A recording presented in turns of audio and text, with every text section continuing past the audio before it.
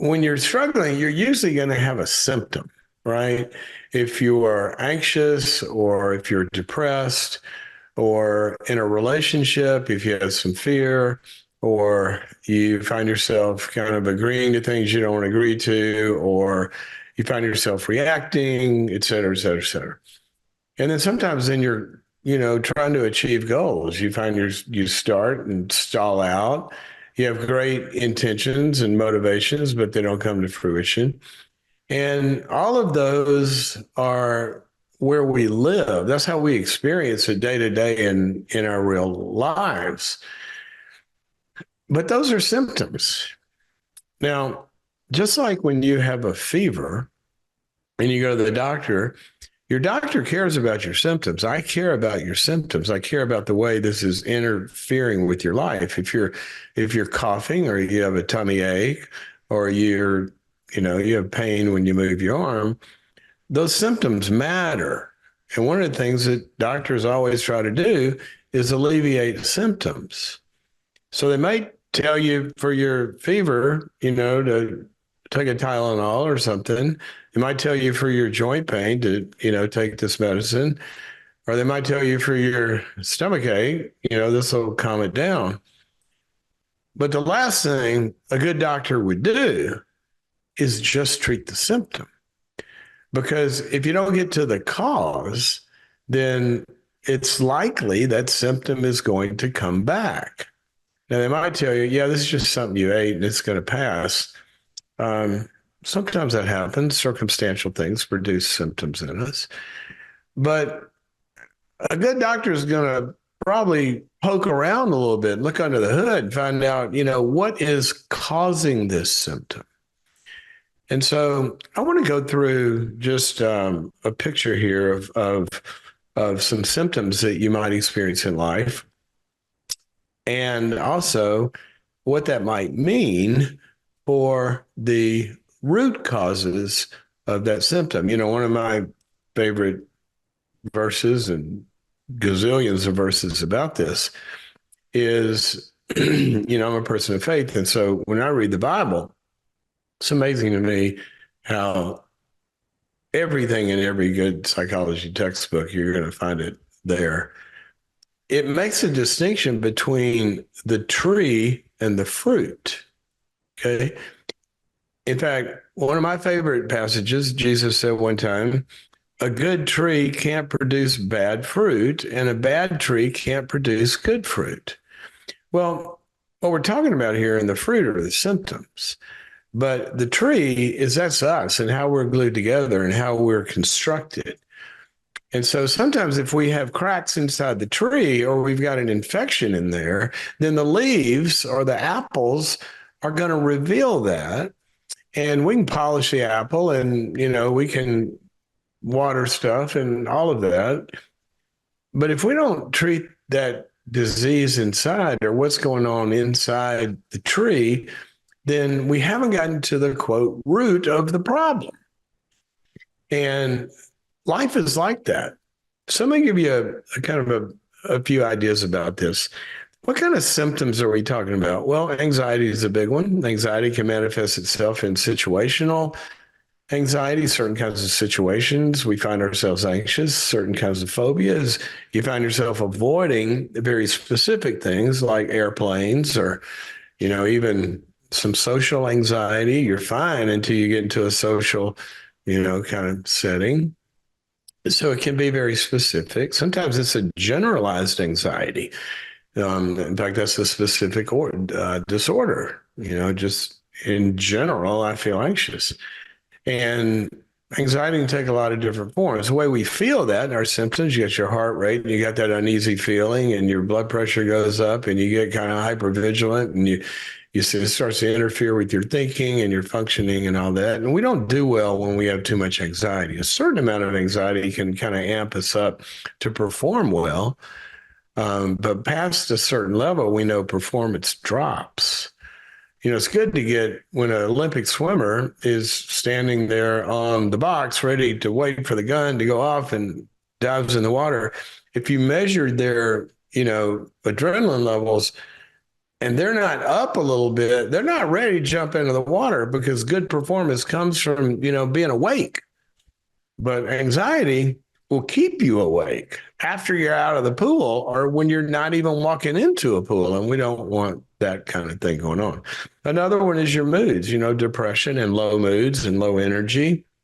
Another one is relational symptoms where we can't say what we're thinking, for example, or we say things that would have been better left thoughts and not words. Remember the old thing, ready, aim, fire? Well, our head ought to work like that. Well, I'm ready to say something. I'm going to get focused and aim at the right thing, and then I'm going to go pull the trigger and say it. Well, we can have relational symptoms of sometimes I'm not even ready because I'm so anxious or worried about rejection or whatever it is. I don't even know my own thoughts. And then I got to aim correctly and be able to say it clearly and say all of it, but not say too much or not say the wrong thing. And then I actually got to be able to do it. It can't get stuck in my throat. Talk about boundaries a lot of times. People go into a situation and they mean to say no very clearly. No, I don't want to do that. And it comes out, sure. Wrong word comes out. Well, that's a symptom of a conflict inside. And so, again, we can have relational symptoms like outbursts of anger, controlling behavior, or backing off too much and detaching, all of that kind of stuff. And then in the performance arena, sometimes can't even get in touch with what you want to go do as a goal. Sometimes we had somebody calling the other day. They have all these great intentions and goals, but never get started and procrastinate or lose motivation or get started and never complete it because you get too scattered. These are all signs, okay? Now, there are a number of things that we can do about those symptoms. For anxiety, you got prayer and you got mindfulness and you've got talking to yourself differently, as all the cognitive people say.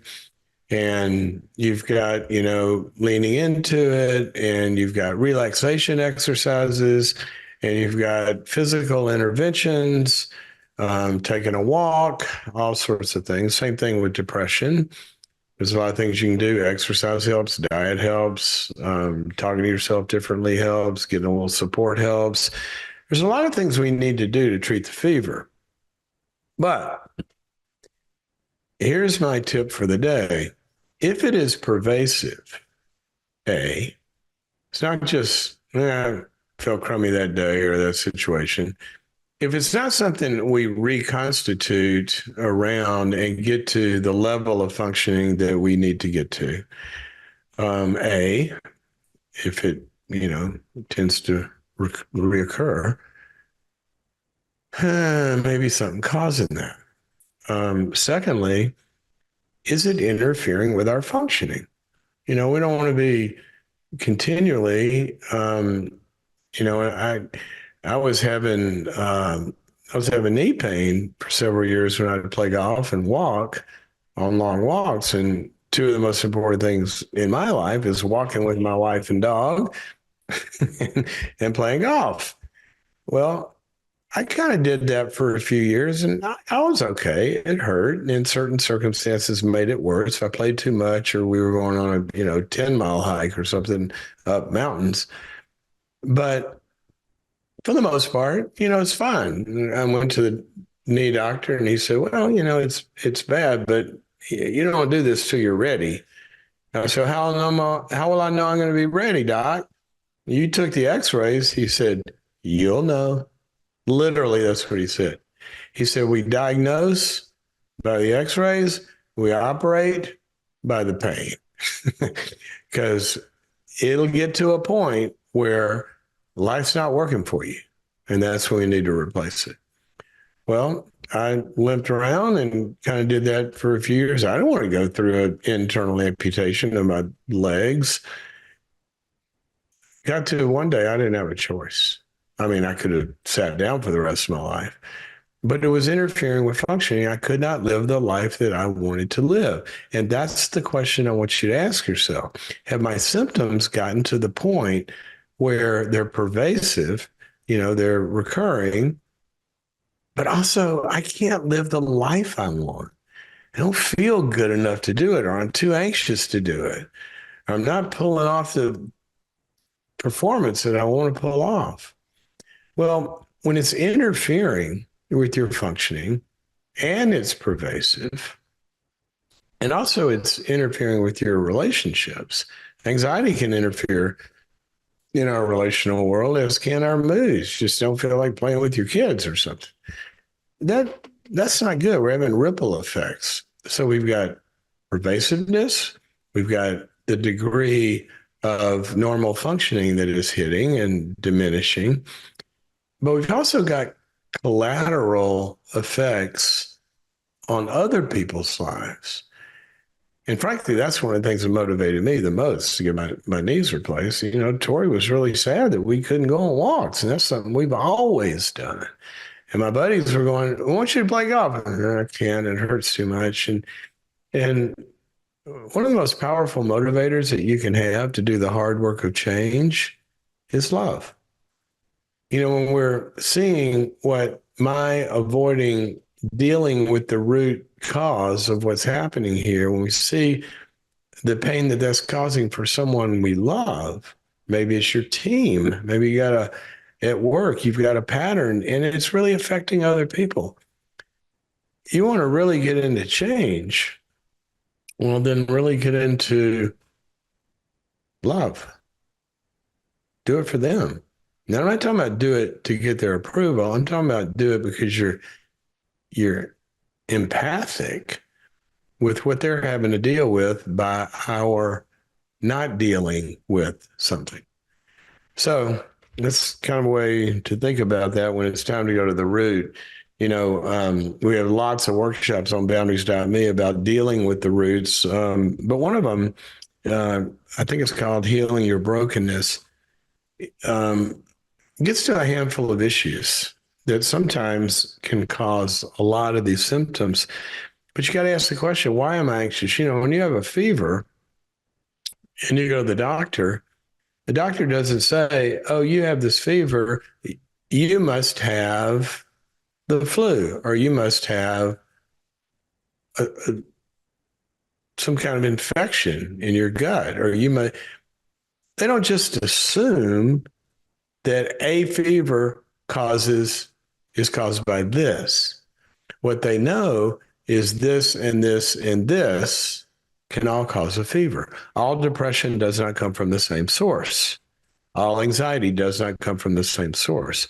So we kind of have to have a diagnostic tree to look at. And I would suggest that workshop, if you go to boundaries.me, because it gets deep, deep, deep into all of those causes.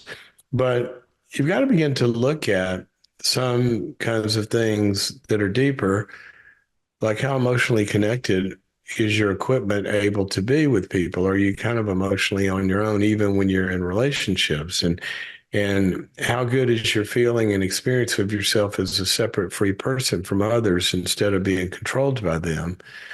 And how do you metabolize failure and pain and woundedness and grief, all the bad things of life?